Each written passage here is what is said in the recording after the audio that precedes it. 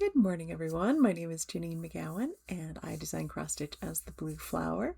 This is my Flosstube. I feel like I need to reintroduce myself because it's been a whole month since the last video. I've had a case of the computer gremlins, and I've actually tried to make the videos several times over the course of the last month, and every single time have just basically ended up beating my forehead against the desk in frustration.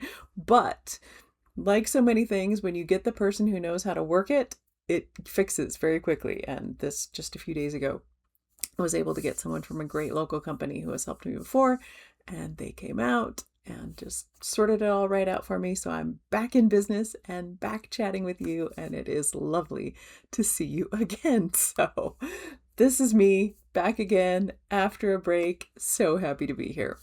Let's jump right in with stitching in action. And first up we have Dale. Now Dale had shared previously the menopause, man, I'm forgetting words here. The sand dollar version of the Pincushion from Barefoot Needleart, and this time she has finished the Starfish version, which I love. I think it came out really well. So thank you so much, Dale, for sharing that. And now you have a matched set. So perfect. Next up we have Anne. Anne stitched Coneflower Chorus, and she used the XG Design 36 count Dirty Water, which is a great choice. I love it.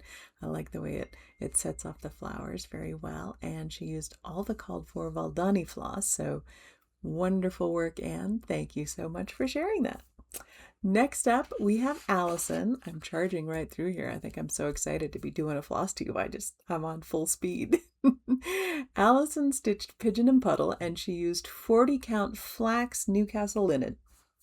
She said she didn't have any of the cottage garden threads, so she was all over the board with her choices. Allison, we call that being drunk with power, and fully support it. She used Roxy Floss Company Mystery Potion for the purple flowers, Forbidden Fiber Company Windjammer for the water, and then Weeks Dye Works threads for the pigeon, Sulky for the yellow flowers, Floche for the white flowers, and just whatever else she had on hand, which is wonderful. She said she was intimidated by the water in the puddle, but I think it came out just beautifully. And one of the things I love so much about stitching with a really variegated thread like this is how you can give so many different effects depending on how you use it. And I'm actually, I think, going to do a little like article blog piece with lots of illustrations for the website just to talk some more about it, because it's a question I get asked quite a bit. So I think, Allison, you did a great job being an illustration of that. I think it looks like water. I think it's wonderful. And I hope you like it as much as I do. Next up, we have Kathy, who also stitched Coneflower Chorus. She said she got all the called for fabric and threads, and she got a finish as well to show. So fabulous work, Kathy. Thank you so much for sharing that. And then finally, Big Finish. What is that from? Big Finish. I feel like it's ringing a bell, but I can't put my finger on it. We have Valerie. Valerie has two. First up, she sent in Moonlight Sampler with some changes that she had made, and I asked, did you change the animals to reflect some of your specific animals? And she said yes, in fact she did. So she sent in some pictures of her beautiful models, Madeline the cat, and Molly, her dog, who has passed a while ago but is memorialized here. And then she sent in a copy of Moggie Manor, which was an older finish for her, but you can see lovely Madeline up at the top there being also included in this one. So thank you so much, Valerie. There's the yawn, pardon me. Thank you so much, Valerie, for sharing that. We've got Rye coming in, but we don't do that, baby. Yeah. There's my girl. Okay. Rye is settled in with us, so now we can really get into it. So jumping right in then to what I'm stitching, because I was literally finishing every one of my work days just kind of stressed and tense with the computer issues. So my husband he'd come in and he'd put his hands on my shoulders and just help me relax and say, maybe you could do a little just stitching. So I did actually quite a bit of stitching over the past month. and I got to work on the Ducal Memorial Sampler. I wasn't necessarily in the right headspace for counting and borders, so I moved over to the middle and have been filling in grass quite a bit, which is not a bad thing. Some days you just need to touch grass, some days you need to stitch grass, and this has been a stitching grass kind of a time. But it also meant that I got to put in the killdeer and the ducks that I switched in the pattern for what Dougal would have liked, so that's been a lot of fun.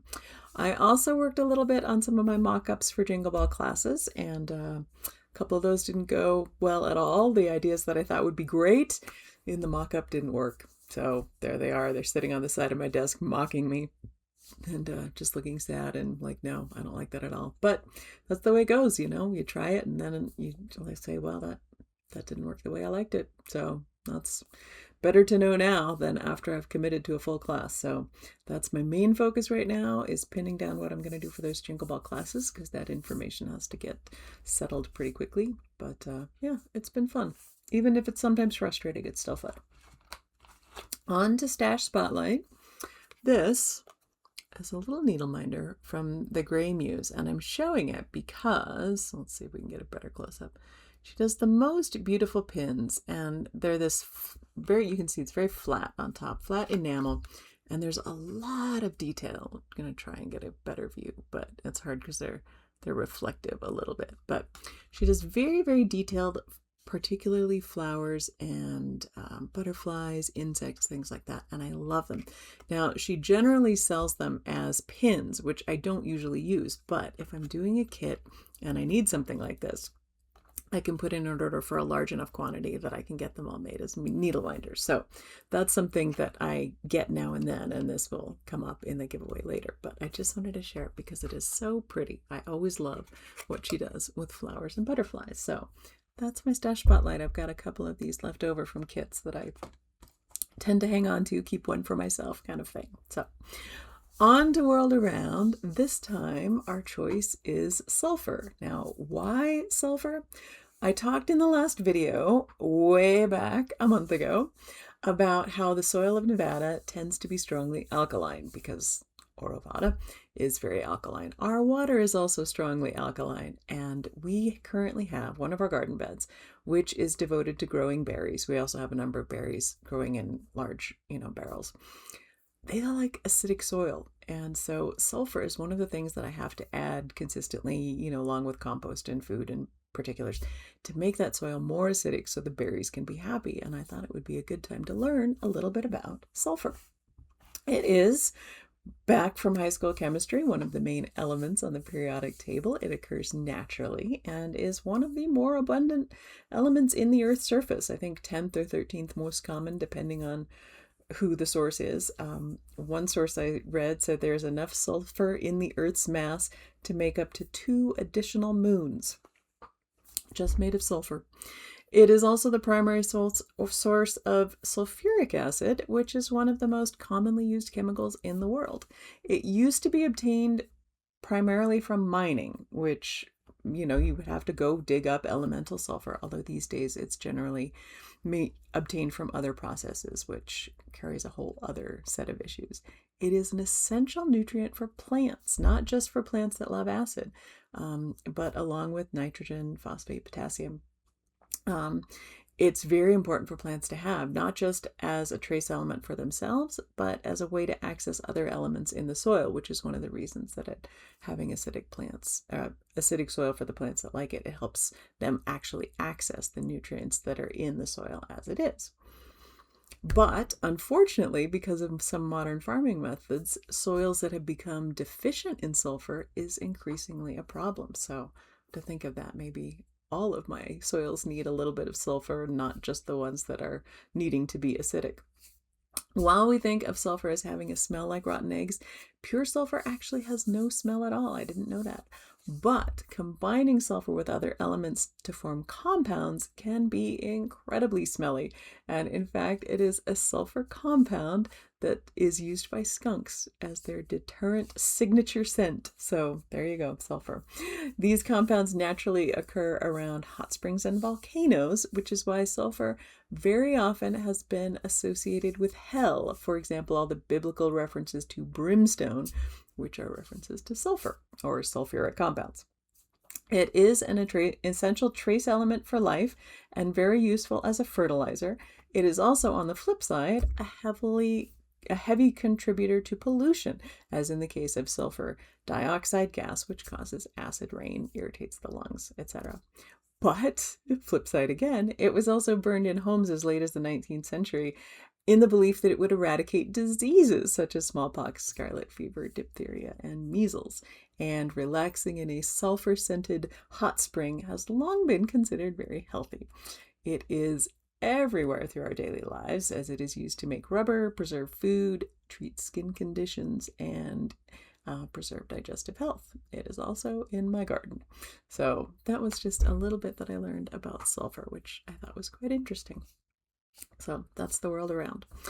On to questions. Last video, I had a question about what's the breakfast you've been enjoying. Now, I have to say, because of computer issues, I've had a lot of difficulty even accessing YouTube. So I did get to read all your comments quite recently once the computer was fixed, but I have not been able to respond in the way that I would like. So my apologies for that. But I'm back in business now. Question this video is, do you want kits for Jingle Ball? And the reason I ask is because it's one of the things that I'm thinking about now, obviously, is Jingle Ball classes. I'll be teaching 2 classes again this year, 2 different classes, and I'm torn about putting together kits. I love putting them together. I love picking some fun things and putting it in a nice package and sending it out. But I know for a lot of people it can cause stress. They feel like there aren't enough kits, and if they don't get the kit, it's no fun, and it can cause a lot of sort of hectic activity right when Jingle Ball tickets open for everyone trying to get kits that there may not be enough of. And so I was just wondering what you think. Would you rather have a list of, here are the supplies I used, you can get these supplies, or you can get other supplies, get drunk with power, do your own thing?